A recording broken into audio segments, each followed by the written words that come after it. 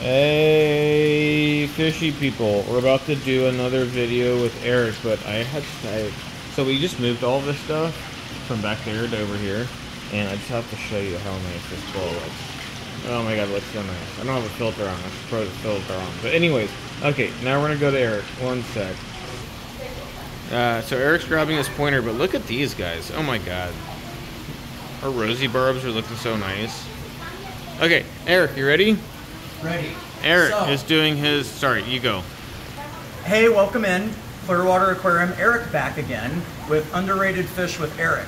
So, we got a good couple ones here today. Up in here, we have the silver tip tetras. These are so underrated, it's not even funny. They get that beautiful burnt orange coloration, white tips on their fins, hence the silver tip tetra name. A little larger and a little more boisterous of a fish, not necessarily aggressive, just very food motivated. And the cool thing about them is they tend to stay in that upper half of the water column. They can be a little bit more nippy, so I probably wouldn't keep them with any of your smaller shrimp or betas or something like that. But they're an awesome display fish, and amongst green plants, that burnt orange amber color stands out amazingly well. Now, we all know I'm an oddball guy, so I gotta throw some oddballs out there. Bamboo shrimp, or Singapore shrimp is another name for these guys. Super cool, proper prawn status. They get quite big, but not so big that you can't keep them in something like a 20-gallon or something like that.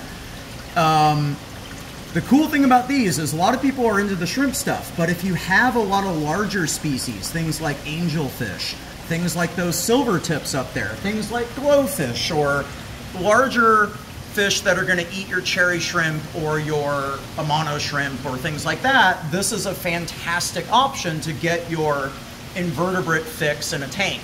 They're also very cool. They got pretty interesting color to them. They feed with those little fans, if you want to zoom in here. They feed with these little pom-pom fanned attachments on their arms. So they stand up here in the current with those little catcher's mitts out and grab any extra food or particulate that flows in there, and then they shove it straight in their mouth, just like you see them doing right now. So they're very easy to feed. They don't hide a whole lot because they're out filter feeding like this. And then last but not least, if we're gonna swing over here, we've got a couple loaches today. And my personal favorite, I have an absolute love for the species, are the dojo loaches. We got the normal dojo loaches, which are your standard wild type, and then we got the golden dojos, also known as an albino. The cool thing about the dojo loaches is they are a very personable fish. Like, I can come in here and literally have them start just kind of nibbling and kind of checking me out.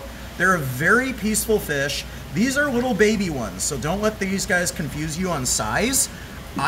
These are one of the larger species, so I've seen them every bit of 8 inches, all the way up to 10. They're a fantastic fish, lots of personality, does not hide like a coolie loach, and as you can see, they're extremely cute, extremely fun, and for a 40-gallon breeder and up, this is a fantastic kind of centerpiece fish. They're also temperate waters, so you can keep them outdoors in koi ponds. Just obviously be careful with predation, but they're a fantastic fish. And last but not least, because we're doing a 4th one this time, we got the Borneo suckers, which everybody talks about the reticulated hillstream, and I agree the reticulated hillstream is an awesome fish. These guys don't get enough love. In my opinion, these guys are much more durable and hardier than the reticulated hillstreams. They stay a little smaller. They don't get quite as flattened out like the reticulateds do, but they are so variable on pattern. They're a fantastic option. They're also a little cooler water. You can go probably down into the high 60s with these guys. So if you're looking for like a room temperature goldfish tank, these are a fantastic option. They also help control algae, which is a great bonus as well. And if you look real close, I'm gonna have Ed zoom in really hard on this because it's gonna be really hard to see. I'm gonna use my little handy dandy pointer. You can see his mouth right here is on the underside, just like a stingray, and then right above there, that little silver dot right there, if you see that thing pulsating, that is actually his heart beating. So you can actually see through the fish. Oh, excuse me, I'm looking at the screen here. Right there. You can see that little dot in the center of his body is actually his heart beating through the fish. So you can actually see through them a little bit when they're on the glass. So they're a super cool species. They don't get super big, very communally friendly. And the nice thing about them compared to the reticulateds is they're a lot more budget friendly. That's it for today.